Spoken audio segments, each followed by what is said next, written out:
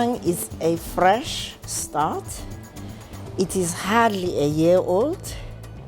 It is a growing party. It is a party for all South Africans.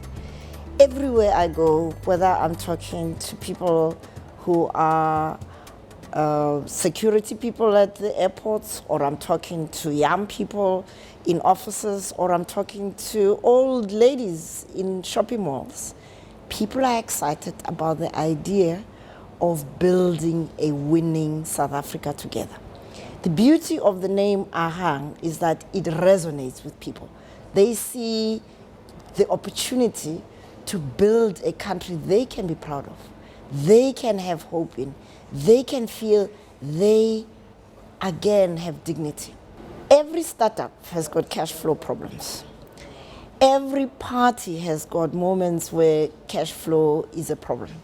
President Obama had it during his election. Even big parties like the ANC have got cash flow issues. So it's not surprising that Agang would end up with cash flow problems. But there is a big difference between being bankrupt and not having the cash flow. I have donated money in kind. I'm not paid. I used to earn a living. I don't get paid. I depend on my son looking after his mother. And that's a big sacrifice. But it is a sacrifice for my grandchildren. I want my grandchildren to grow up in South Africa, to enjoy the beauty of this country, the huge cultural diversity of this country, and just the sense of home and rootedness. I don't believe that this is about friendships. The reality is, when Agang was launched as a platform last year, we publicly announced that we will be a champion for collaborative politics, and we will seek to speak to all the parties that have got similar values to us. And our talks with the DA have been public knowledge. It's not as if I woke up in the morning and said, "Where's my friend?" We've been talking for more than 18 months. And the fact that the partnership didn't work out is because there were issues that couldn't be resolved. And it was a matter of interpretation. There is a difference between partnership and getting swallowed. Getting swallowed was not on the cards. What we wanted was a genuine partnership where Agang would bring strengths to the partnership. And as we said in the public announcement, the whole will be larger than the sum of the parts. We are focused on the election right now, and that's the job ahead of us. Post the election, we believe the future of this country depends on collaborative politics. We cannot have a few or many little parties.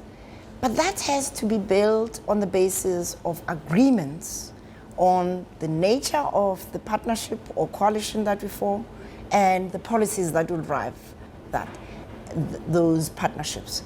And so we'll go to Parliament open to working with others. I'm not going to answer questions like, how many times do you beat your wife? If you want to ask me a question about my leadership style, ask it. Don't ask me about whether I beat my wife or not. The reason I'm asking that question is because allegations like that have been made against you. Well, you should say there are allegations that you are, and in that case, you must go back to my track record. I have been an activist for the last 45 years. I have built projects with communities in the Eastern Cape. Rural people, even today, are still my friends, and they are still hankering after my return to Zinyoka. If I was a dictator, would they be wanting me to go back? People in Nyenye, when I get there, I get a heroine's welcome because I am an enabler. My leadership style is that of an enabler. I have very high standards. If you work with me, you have to give the best of yourself. And if that's being a dictator, well, guilty as charged. But I just simply believe that to be a winning nation, each one of us, whether you're a journalist, you're a teacher, you are a business person, you've got to give your best. I'm not in this business to be successful in this coming election. I'm in this business to build a winning South Africa together with other South Africans. And that building process is a long-term project. Even if we win the coming election, it's just the beginning of the work that needs to be done. So the work will continue. We are changing the political culture of this country. We are raising the consciousness of citizens to again rediscover that the power is within and not with some public official. And that is a long-term project. Consciousness raising is a long-term project, and we are not going to stop.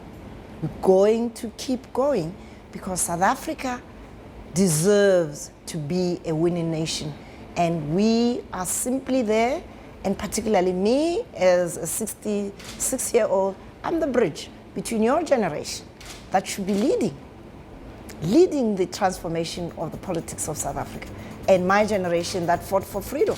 We fought for freedom.